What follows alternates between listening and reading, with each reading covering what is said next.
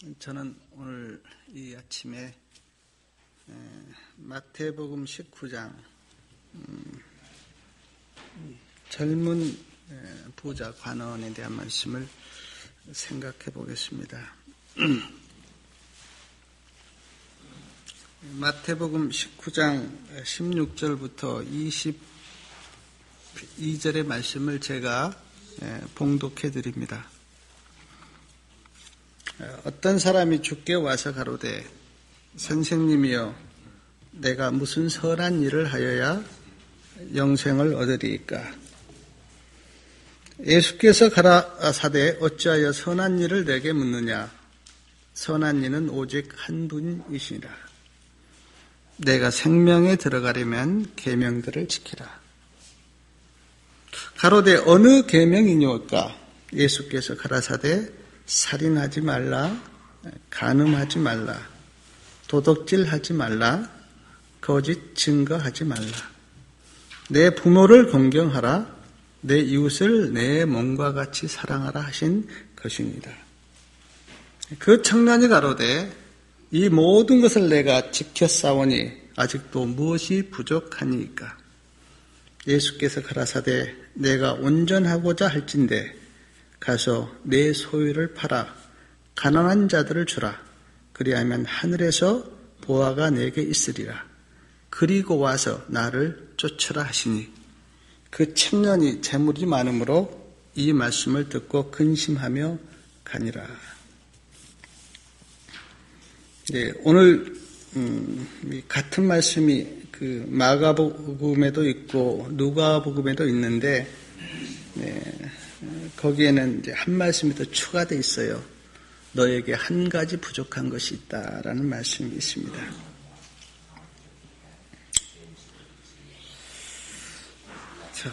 오늘 그 본문의 말씀에 보면 그 사람의 이름은 나와 있지 않습니다.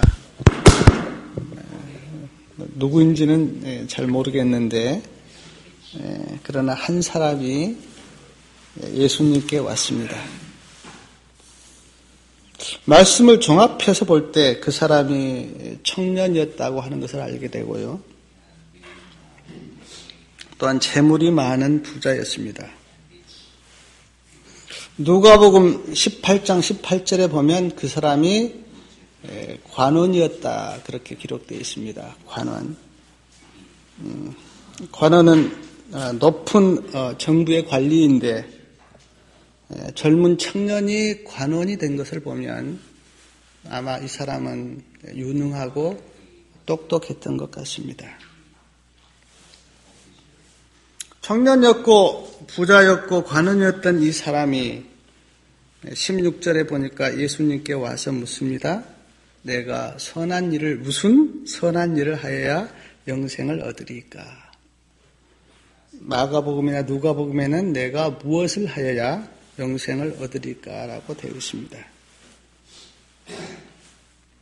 부자 청년이 예수님께 물었던 이 질문, 어떻게 하면 영생을 얻습니까? 라고 하는 이 질문은 제가 생각할 때 인간이 할 수 있는 질문 중에 가장 중요한 질문이다. 그렇게 생각이 듭니다. 우리가 다 영생을 얻어야 하기에 인간으로서 영생을 얻어야 하기에 아마 이 질문은 무엇보다도 인간에게 있어서는 중요한 질문이라는 생각이 듭니다. 출세를 하고 명예를 얻고 장수를 한다 하더라도 그러나 영생을 얻지 못하면 그 사람의 인생은 성공한 인생이 아닙니다. 그러나 출세를 못하고 명예를 얻지 못했다 해도 영생을 얻는다면 그 사람은 성공한 인생이겠죠. 그러므로 인생의 실패와 성공은 얼마나 출세를 했느냐에 있지 않고 얼마나 오래 살았느냐에도 있지 않고 얼마나 무엇을 소유했느냐에도 있지 않고 그 사람이 영생을 얻었느냐 얻지 못했느냐에 아마 인생의 실패와 성공은 있을 겁니다. 그러므로 우리는 진지하게 예수님께 나와서 예수님, 우리가 어떻게 영생을 얻습니까? 라고 물어야 합니다.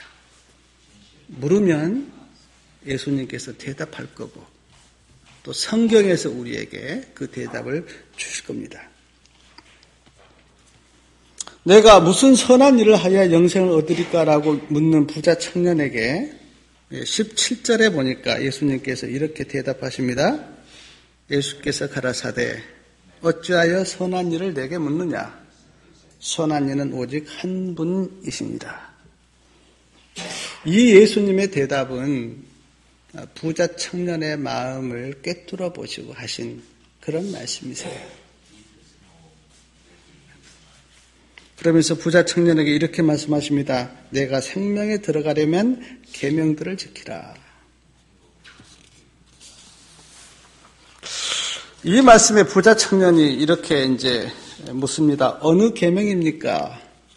그러니까 살인하지 말라, 간음하지 말라, 도둑질하지 말라, 거짓 증거하지 말라 그렇게 쭉 대답을 합니다. 제가 말씀을 보니까 10계명이 있는데 예수님께서 부자 청년에게 한 말씀은 하나님에 대한 계명은 없고요. 주로 사람에 대한 계명을 그렇게 말씀하신 것 같아요. 우리가 10계명을 이렇게 보면 이제 하나님께 대한 계명이 나오고 사람에 대한 계명이 나오는데 우리가 피상적으로만 보면 10계명이 이렇게 둘로 나눠 있는 것처럼 보이지만 그러나 자세하게 계명을 보면 둘이 아니고 하나라고 하는 것을 우리가 알게 되는데 결코 하나님에 대한 믿음과 사랑이 없이는 사람에 대한 계명을 지킬 수 없기 때문에 그러므로 이 계명은 둘이 아니고 하나인데 그래서 아마 예수님께서 내가 사람에 대한 계명을 지키려면 하나님을 믿는 사랑과 믿음을 가져야 한다. 그런 의미로 사람에 대한 계명을 그렇게 말씀하신 것 같아요. 계명을 지키라고 하는 말씀을 부자 청년이 듣고 부자 청년이 이렇게 대답합니다. 20절에 보니까 그 청년이 가로되 이 모든 것을 내가 지켰사오니 아직도 무엇이 부족합니까? 아주 자신 있게 그리고 좀 거만하게 그렇게 대답합니다. 부자 청년의 말을 듣고 21절에 보니까 예수님께서 청년에게 내가 온전하고자 할진대 가서 내 소유를 다 팔아 가난한 자들을 주라. 그리하면 하늘에서 보화가 내게 있으리라. 그리고 와서 나를 쫓으라. 그런 말씀을 하시고요. 말씀을 보니까 부자 청년이 재물이 많음으로 이 말씀을 듣고 근심하며 갔다라는 내용이 오늘 본문의 내용입니다. 아마 잘 아시는 말씀이죠. 저는 이 부자 청년에게서요, 4가지 예수님의 음성을 저는 들었습니다. 4 음성. 성경에 부자 청년을 우리에게 이렇게 기록하시고 우리로 하여금 그 4 음성을 듣게 하셨는데 첫 번째 주님의 음성은요. 재물에 대한 탐심을 버리라는 겁니다. 부자 청년이 왜 예수님을 떠나갔는가? 재물에 대한 탐심 때문에. 재물에 대한 탐심 때문에. 아마 예수님은 재물에 대한 탐심 때문에 자신을 떠나간 부자 청년을 성경에 기록하시고 우리에게 이렇게 호소하신 것 같아요. 탐심을 버려라. 재물에 대한 탐심을 버려라. 그리고 나를 쫓아라. 요한복음 2장에 보면 하나님의 거룩한 성전이 더럽혀졌는데 장사하는 집으로 됐다 그렇게 말씀하셨는데 그 이유가 무엇인가? 재물에 대한 탐심 때문이었습니다. 재물에 대한 탐심 때문에 하나님의 성전이 더럽혀진 것을 우리가 보면서 우리의 마음의 성전도 무엇 때문에 더럽혀지는가? 재물에 대한 탐심 때문에. 그런데 사랑하는 여러분, 오늘 이 시대는 어떻습니까? 오늘 이 시대의 진정한 우상은 뭡니까? 사람들이 다 돈과 재물에 대한 탐심 때문에. 오늘 이 시대. 그래서 저는 이 부자 청년의 말씀을 제가 명상하면서, 묵상하면서 이 말씀이야말로 어쩌면 현대인들에게 주는 메시지가 아닌가. 부자 청년을 우리에게 이렇게 보여주면서 오늘 현대인들에게 주님은 이렇게 호소하십니다. 재물에 대한 탐심을 버려라. 마음에 탐심이 있으면 어떻습니까? 영적으로 어두워져요. 영적으로 어두워지면 영적인 분별력이 떨어집니다. 영적인 분별력이 떨어지면 무엇이 진리이고 무엇이 진리가 아닌지 구분할 수 없어요. 그러므로 잘못될 수밖에 없는데 그 예가 오늘 부자 청년이에요. 부자 청년은 재물에 대한 탐심이 있었기 때문에 무엇이 진리고 무엇이 진리가 아닌지 판단하지 못했고 그래서 결국 예수님을 떠나가는 그런 슬픈 이야기가 성경에 기록되어 있는데 그러므로 탐심을 버리라.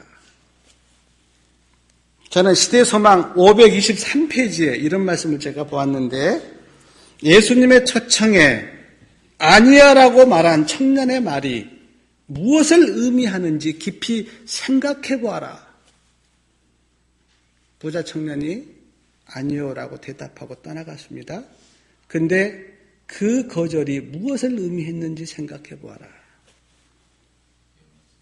제가 생각해 볼 때 부자 청년이 노했던 그 노는 그가 구원을 거절했고 영생을 거절했고요. 하나님의 자녀됨을 거절했고 천국을 거절했고 만약 오늘 우리가 예수님의 말씀에 노라고 대답한다면 우리 역시 구원을 거절하고 영생을 거절하고 또 생명을 거절하는 것이 될 겁니다. 요한복음 12장 50절에 보니까 나는 그의 명령이 영생인 줄 아노라. 그러므로 사랑하는 여러분, 예수님의 말씀에 노예서는 안 됩니다. 우리는 아멘으로 받아야 돼요. 예스 하셔야 돼요. 근데 부자 청년이 우리에게 주는 교훈이 뭐냐면 마음에 탐심을 품고 있으면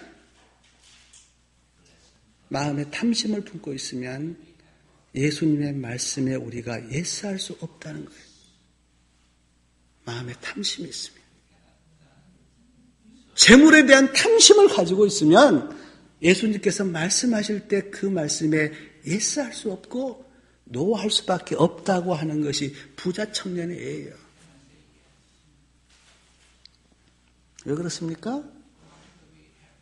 재물과 예수님은 함께 섬길 수 없기 때문에 성경에서 너희가 두 주인을 섬길 수 없다 그렇게 말씀하셨는데 우리는 재물을 섬기면서 예수님을 내 마음의 주인으로 섬길 수가 없어요. 그러므로 우리는 탐심을 버리고 예수 그리스도를 나의 주인으로 섬기셔야 됩니다. 제가 성경을 찾아보니까 성경에 탐심 때문에 망한 자가 몇 사람 나와요. 아간이 그렇고요. 아간. 발람 선지자가 그렇고요. 또 아모스 시대 사람들이 그렇고요. 탐심 때문에 망한 사람들이 많아요. 그러므로 이 부자 청년의 어떤 교훈을 우리가 받으면서 특별히 재물이 우상으로 만연하고 있는 이 시대에 사는 우리들로서 혹시 내 마음속에 재물에 대한 탐심은 없는가? 그것 때문에 예수님의 말씀에 애써할 수 없는가? 우리가 좀 영적으로 교훈을 받아야 될 것 같아요. 두 번째, 오늘 말씀을 통해서 우리가 받을 수 있는 예수님의 음성은 너희에게 한 가지 부족한 것이 있다고 하는 말씀이에요. 이거는 누가복음과 마가복음에 나와 있는데 예수님께서 이 부자 청년에게 너에게 한 가지 부족한 것이 있다. 그 한 가지 부족한 것 때문에 부자 청년은 예수님을 떠나게 됐죠. 한 가지 부족한 것 때문에. 제가 이렇게 사람들을 보니까 여러 가지 부족한 것이 있는 게 아니에요. 거의가 다 하나 아니면 두 가지예요. 어떤 사람은 다 좋아요. 성격도 좋고 일도 잘해요. 근데 어떤 사람은 술 한 가지가 문제예요. 어떤 사람은 다 좋아요. 인심도 좋고 좋은데 도박 한 가지가 문제예요. 어떤 사람은 대인관계도 좋고 다 좋아요. 그런데 음란한 생활 한 가지가 문제예요. 어떤 사람은 급한 성격 그 하나가 문제이고, 어떤 사람은 돈을 많이 쓰는 낭비 그 하나가 문제이고, 어떤 사람은 남의 말을 잘 듣고 속는 그것이 또 문제이고, 다 그러니까 한 가지가 문제가 있어요. 한 가지가.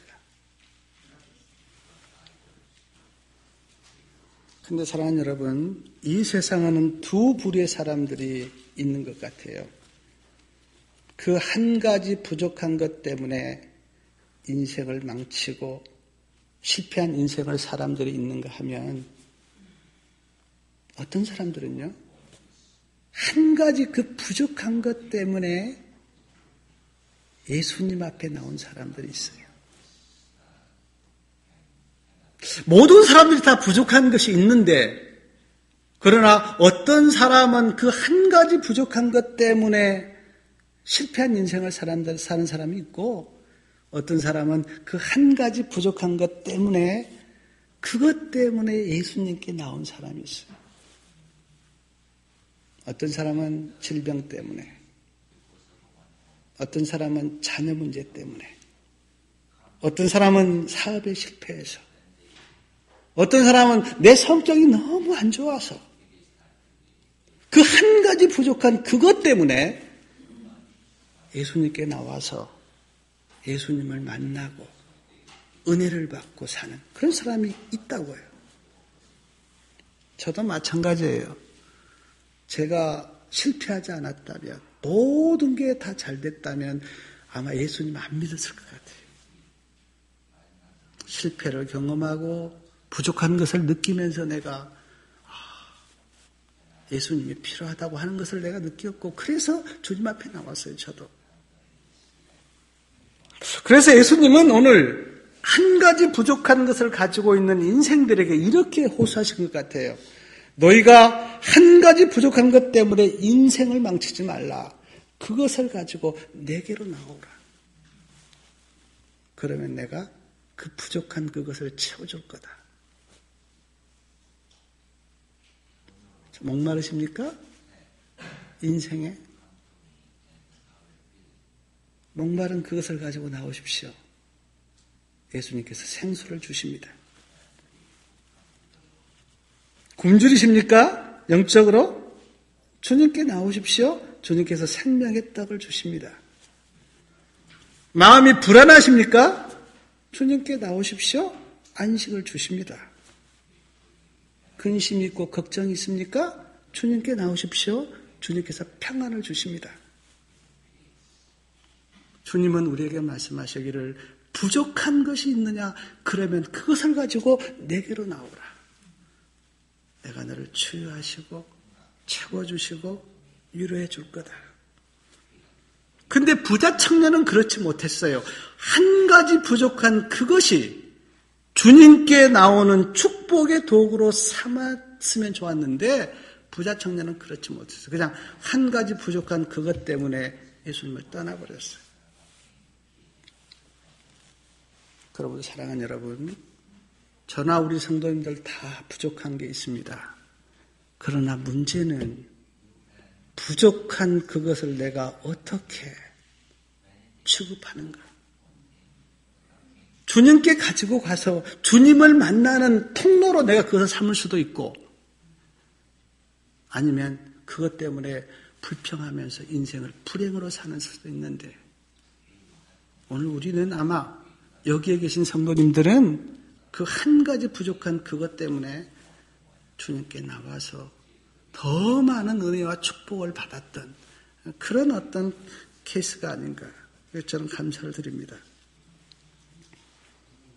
세 번째요. 부자 청년을 통해서 듣게 되는 예수님의 음성은 거짓말하지 말고 정직하라는 것입니다.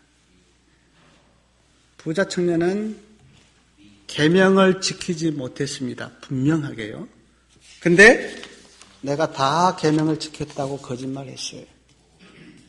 부자 청년이 계명을 지키지 못한 두 가지 증거가 있는데, 첫째는 그가 탐심을 가지고 있었습니다. 탐심을 가지고 있으면서 계명 지킬 수 있습니까? 불가능해요. 탐심 그 자체가 열째 계명을 범해요. 탐내지 말라. 근데 부자 청년은 탐심을 가지고 있었는데, 그러므로 그가 계명을 지키지 못했으면서 예수님께 거짓말했어요. 내가 딱 계명 지켰습니다. 두 번째 증거는 부자 청년은 예수님을 구주로 영접하지 않았어요. 마음에 예수님이 안 계신 상태에서 계명 지킬 수 있습니까? 그것도 불가능해요. 못 지켜요. 그러므로 부자 청년은 계명을 지키지 못했습니다. 근데 내가 계명 지켰다고 거짓말했어요. 이스라엘 백성들이 시내산에서 하나님과 언약을 맺었는데, 그 언약을 맺었을 때 우리가 다 지키겠습니다라고 분명하게 맹세했어요. 우리가 다 지키겠다고 하는 그 이스라엘 백성들의 맹세가 진심이 아니었습니까? 진심이었어요. 정말로 그들은 지키고 싶었고 지킨 마음이 있었어요. 근데 왜 이스라엘 백성들이 언약을 지키지 못했는가? 이유는 하나입니다. 그들의 마음속에 하나님이 안 계셨어요. 하나님이. 마태복음 26장 35절에 보면 베드로가 내가 주와 함께 죽을지언정 주를 부인하지 않겠다고 맹세합니다. 베드로의 맹세가 거짓이었습니까? 진심이었어요. 정말 주님을 부인할 생각이 없었어요. 그가 진심으로 그렇게 언약해서 약속했어요. 근데 왜 베드로가 주님을 부인했습니까? 베드로의 마음속에 예수님이 안 계셨기 때문에. 사랑하는 여러분, 진심은 좋은 거예요. 그러나 진심 그 자체의 능력이 있는 건 아닙니다. 아무리 내가 진심으로 신앙하려고 하고 계명을 지키려고 해도 그 진심 그 자체만으로는 우리가 하나님의 법에 순종할 수 없어요. 왜냐하면 진심은 나로부터 나온 거기 때문에. 예수님이 마음에 계셔야 합니다.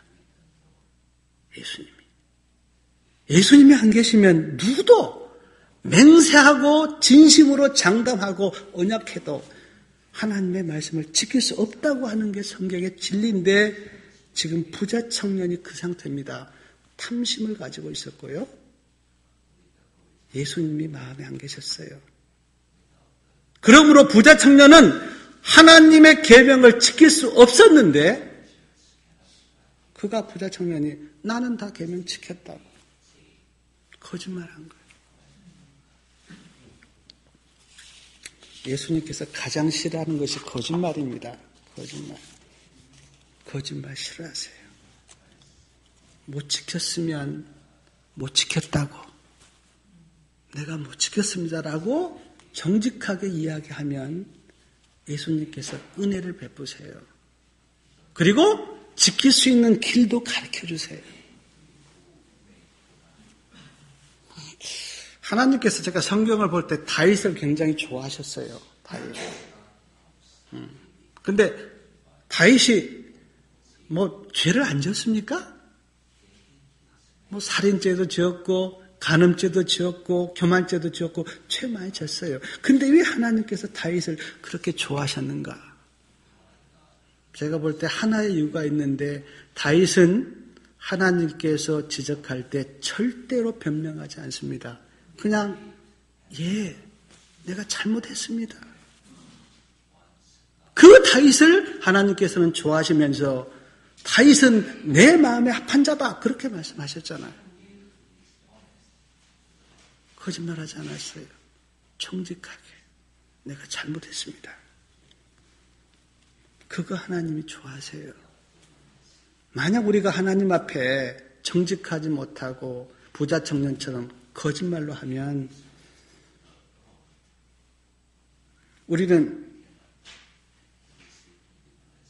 두 가지에서 실수를 한 것 같아요. 하나는 하나님의 내 마음 다 알고 계시는데 내 생각도 아시고 내 마음도 아시고 다 알고 계시는데 하나님은 속지 않잖아요. 우리 모든 마음을 알고 계시는데 우리가 어떻게 하나님 앞에서 거짓말할 수 있습니까? 그거는 스스로 자기를 기만한 것밖에 안 돼요. 두 번째는 우리가 하나님 앞에 정직하지 못하면 하나님께서 나에게 은혜를 베푸실 수가 없어요. 자, 내가 부족합니다. 하나님, 내가 부족해요. 내가 실수했습니다라고 나가면 하나님께서 그에게 은혜를 베푸세요. 은혜를. 오늘 부자 청년이 왜 은혜를 받지 못하고 그냥 돌아갔는가? 그가 정직하지 못했기 때문에, 거짓말했기 때문에. 그러므로 저는 오늘 이 말씀을 이렇게 듣는데 거짓말하지 마라, 정직하지 마라. 그래야 내가 하나님의 은혜를 받을 수가 있다. 안 그렇습니까? 우리가 잘 지키고 그런 거 다 좋지만 그러나 진짜 하나님의 은혜가 나에게 임하려면 내가 정직해야 돼요. 있는 그대로 주님께 나가시면 주님께서 은혜 베푸세요. 은혜 베푸세요. 저도 굉장히 좀 성격이 제가 좀 못했어요. 그래서 이렇게 누가 잘못한 거 있으면 잘 못 봐요. 그냥 표현을 안 해도 마음으로 막 속이 끓는데 제가 조용히 얼마 전부터 이렇게 산책하면서 주님께 내 마음을 드렸어요. 주님, 내가 이렇게 부족한데 주님 나를 좀 받아달라고. 나에게 좀 은혜를 베풀어 달라고. 그때 예수님께서 나에게 굉장히 은혜를 주셨어요. 그러니까 주님은 뭘 잘해서 은혜를 준다기보다는 정말 내가 정직하게 주님 앞에 무릎 꿇으면 그때 주님께서 나에게 은혜를 베푸세요. 근데 부자 청년처럼 거짓말하고 정직하지 못하면 하나님께서 그에게 은혜를 베풀 수 있는 통로가 막혀버린다.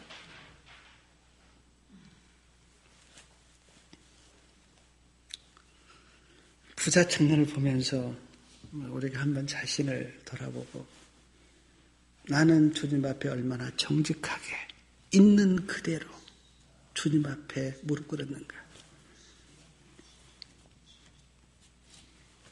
네 번째 제가 오늘 말씀을 통해 듣게 되는 예수님의 음성은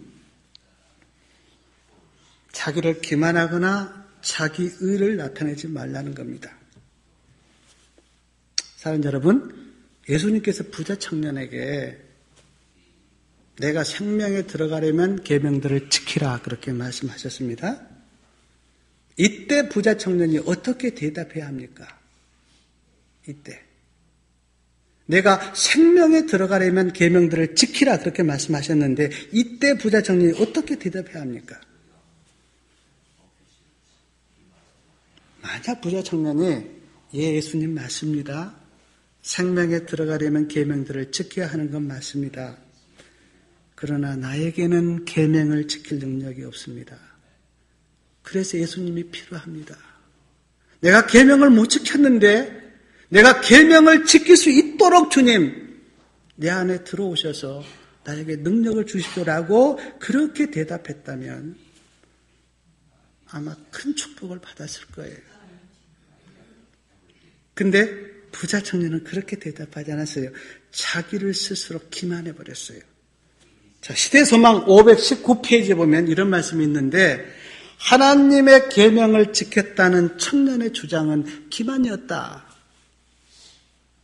자기 기만. 그리고 예수님 앞에서 그리고 제자들 앞에서 자기의 의를 나타냈어요. 나는 다 계명 지켰다고. 그러니까 지금 부자 청년이 자기 기만에 빠져 있고 자기 의에 빠져 있는 거예요. 부자 청년이. 예수님께서 그거를 보셨어요. 자기 기만에 빠져 있고 자기 의에 빠져 있는 부자 청년을 사랑하셔서 예수님께서 처방을 내리십니다. 처방. 내 소유를 팔아서 가난한 자에게 주라. 만약 부자 청년이 계명을 다 지켰다고 말하지 않았다면, 그리고 스스로 자기 기만 가운데 빠지지 않았다면, 자기 의를 드러내지 않았다면 저는 생각하는데 예수님께서 내 소유를 팔아서 가난한 자에게 주라고 하는 말씀 하지 않았을 겁니다. 그렇게 대답하지 않았다면. 왜냐하면 제가 성경에 찾아보니까 누구에게도요 내 소유 다 팔아서 가난한 자에게 주라 이런 말씀 한 적 없어요. 좀 나쁘게 돈을 벌었던 세리장 삭개오에게도 예수님이 이런 말씀 하지 않았어요. 그냥 세리장이 자기가 감화 받아서 그냥 반 절반 내겠다 그렇게 이야기한 거지 예수님께서 네 소유 다 팔아서 가난한 자에게 주라 그렇게 말씀하지 않았다고요. 누구에게도. 만약에 내 소유를 다 팔아서 가난한 자에게 주라고 하는 이 말씀이 예수님을 따르는 제자 되는 조건이라면 오늘 우리 지금 집도 가지고 있고 땅도 가지고 있는 우리는 어떻게 됩니까? 예수님의 제자 아닙니까? 다 팔아서 그럼 우리가 다 해서 거지 주고 그렇겠다. 그건 아니잖아요. 애언의 시내는 너희가 집도 갖고 경작할 토지도 가지라 그렇게 말씀하셨다고요.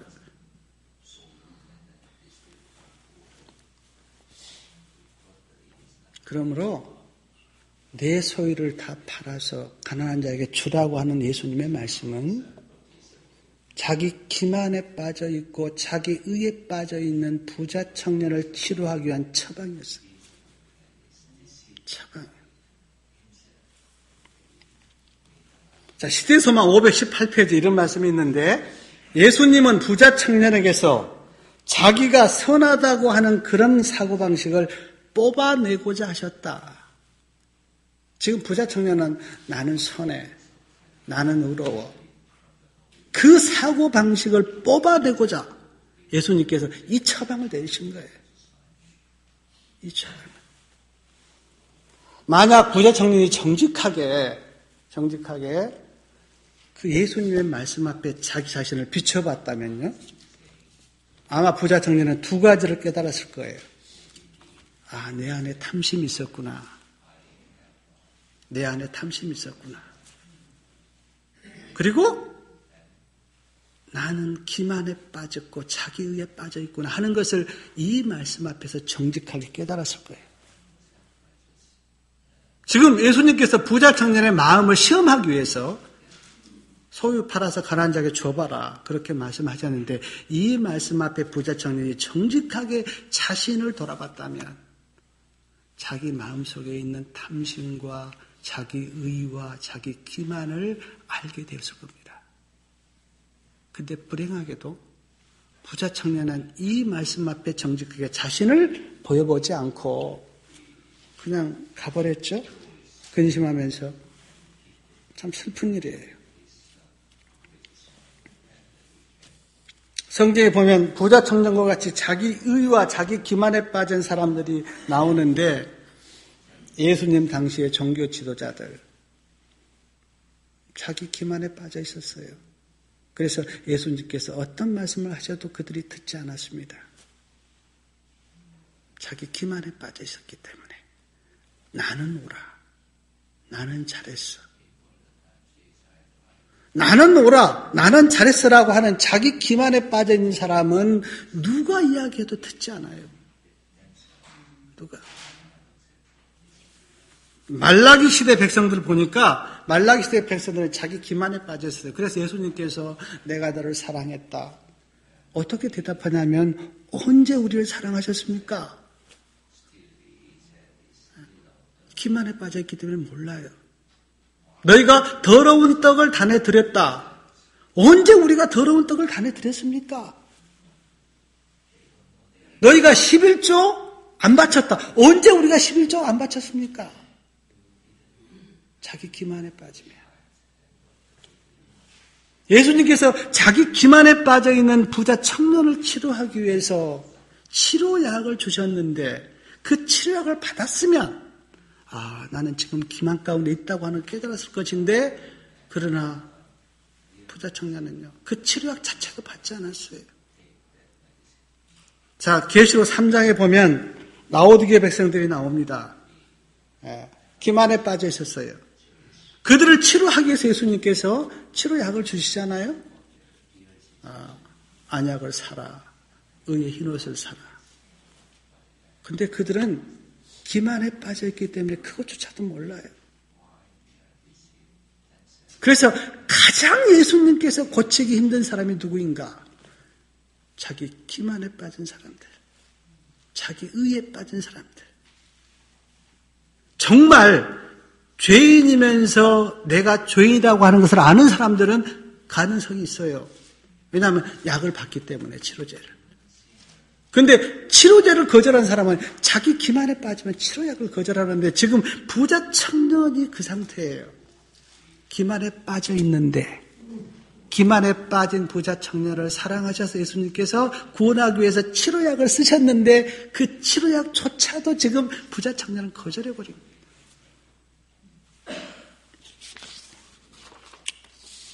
사랑하는 여러분, 예수님은 부자 청년을 우리에게 예로 보여주면서 아마 이 부자 청년은 제가 이렇게 생각할 때 가장 현대인들의 표상이 아닐까. 탐심에 빠져 있습니다. 자기의 의에 빠져 있습니다. 또 자기가 선하다고 하는 그런 마음이 있습니다. 아마 현대인들의 표상으로 성경에서 예수님께서 부자 청년 우리에게 주신 건 아닌가. 그러므로 저는 그리고 우리 성도님들은 오늘 이 기별을 마음으로 받아야 될 것 같아요. 마음으로. 저는 오늘 이 말씀 앞에서 제 자신에게 몇 가지 질문을 던져봤어요. 나는 어떤 모습으로 주님 앞에 서 있는가? 나에게는 탐심이 없는가?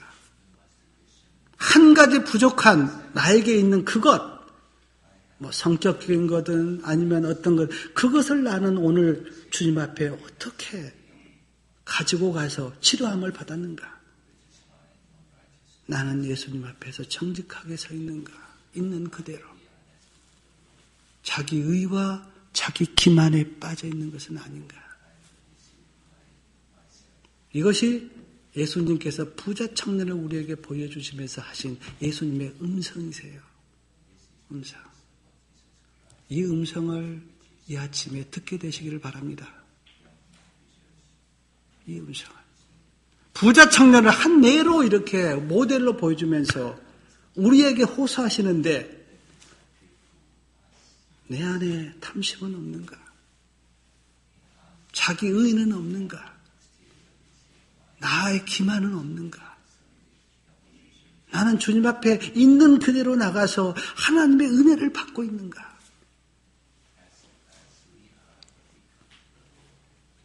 사랑하는 여러분, 이 내 주님의 음성, 그 음성을 마음에 들으시고 오늘도 주님은 우리를 사랑하시기 때문에 우리가 가지고 있는 결점이나 죄나 이런 것 다 치료하시기 바라십니다. 있는 그대로 가지고 가기를 원하지 않으세요. 어떤 문제가 있으면 그 문제를 치료하기를 바라세요. 그래서 주님께서 우리에게 치료약을 쓰십니다. 그 치료제 앞에 또 우리가 다시 나를 기만해버리면 우리는 소망이 없는 사람이에요. 그 치료제 앞에 우리가 정직하게 그 치료제를 받고 내 자신을 돌아보고, 그래서 내가 비록 실수했지만 그러나 주님께서 쓰신 그 치료제를 내가 마음에 받아들이면서 얼마나 주님 사랑하신 거예요. 그 기만을 치료해서 제자로 만들기 위해서 치료약을 쓰셨는데 그 치료약조차도 거절하는 부자 청년, 그런 사람 되면 우리가 얼마나 불행하겠어요. 저도 결점이 있고 우리 성도님들도 결점이 있습니다. 부자 청년처럼 완벽한 사람은 없어요. 다 한두 가지 결점이 있어요. 그러나 예수님은 나를 사랑하시기 때문에 그 결점을 고치시기를 원하십니다. 그래서 우리에게 말씀을 주세요. 어떤 사람에게는 이런 말씀을, 저런 사람에게는 저런 말씀을. 그 말씀 앞에, 그 치료약 앞에 우리가 정직하게 그 말씀을 받고 나의 어떤 것을 고치면 그 사람이 복된 사람 아니겠어요? 부자 청년에게 들려준 4가지 음성. 탐심을 버려라. 왜냐하면 탐심이 있으면 예수님을 마음에 받아들일 수 없기 때문에. 한 가지 부족한 것 있는 줄 내가 안다. 그러나 그것을 예수님께 나오는 통로로 삼으라. 그것 때문에 불평하거나 원망하지 말고.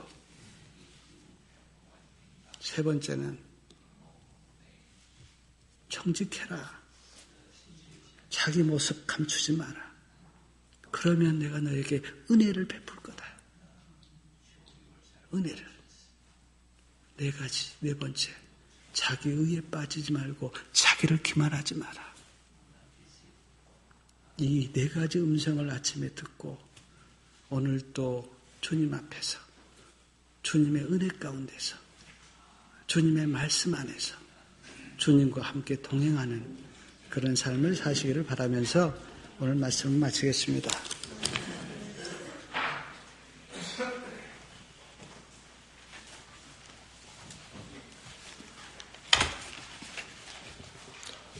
모두 기립하셔서 찬미 582장 부르시겠습니다. 찬미 582장입니다.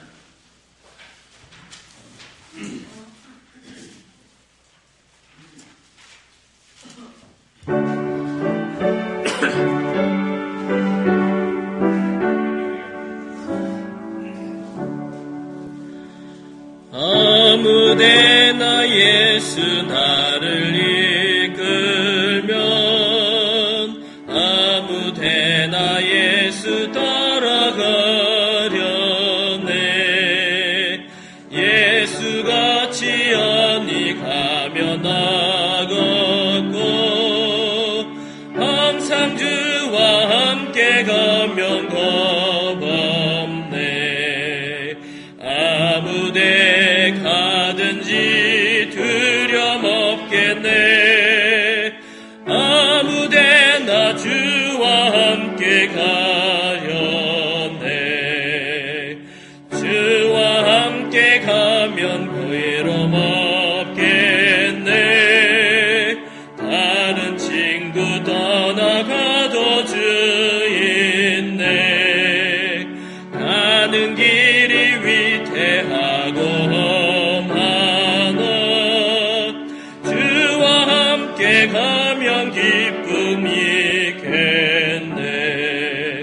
아무데 가든지 두려움 없겠네.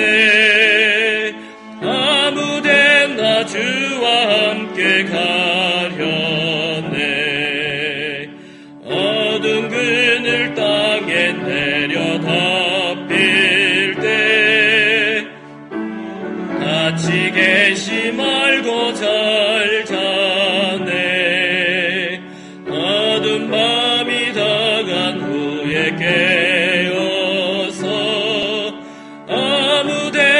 나 주와 함께 살겠네.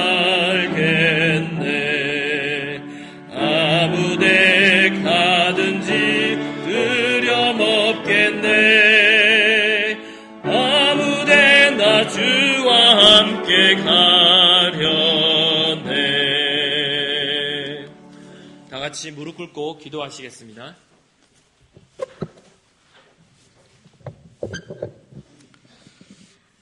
하늘에 계신 우리들의 아버지, 지난밤 지켜주시고 이 아침에 주님 전에 나와서 주님을 경배하며 주님의 말씀을 듣도록 은혜 주셔사오니 감사합니다.